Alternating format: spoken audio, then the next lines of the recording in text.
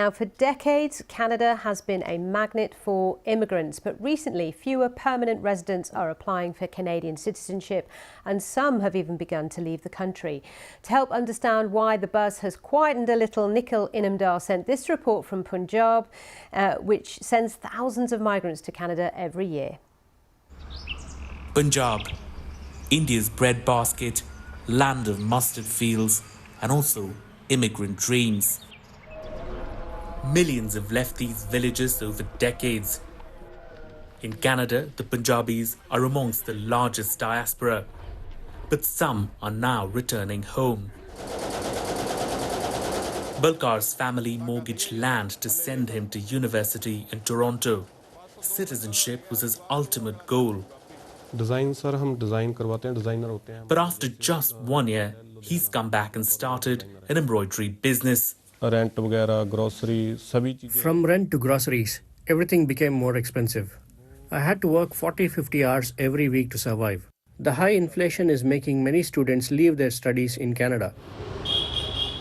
The lure of the Canadian dream is fading a little, and that's palpable on this street in the town of Bhatinda, where every day thousands of young people come and meet immigration agents and make plans to leave the country. Last year, though, the number of Indian students applying to Canadian universities dropped sharply.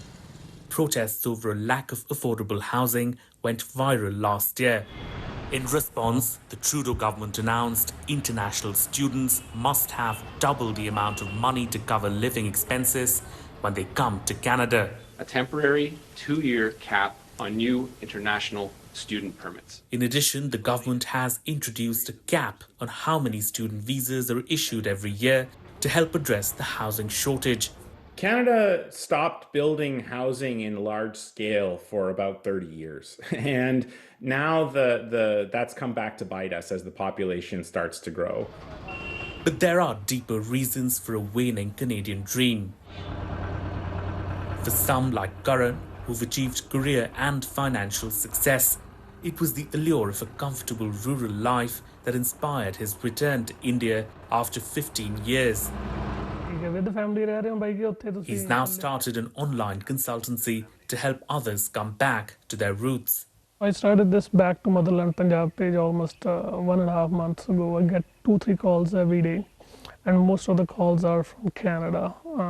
People who wants to know what kind of job opportunities or what is available in Punjab. India is growing, and people can see that. For decades, immigrants have fueled Canada's economic growth. India is still one of its largest sources of migrants. While the numbers of those leaving Canada are still small, they do paint a more complex picture of the opportunities abroad and those at home. Nikhil Inamdar, BBC News in Punjab, India.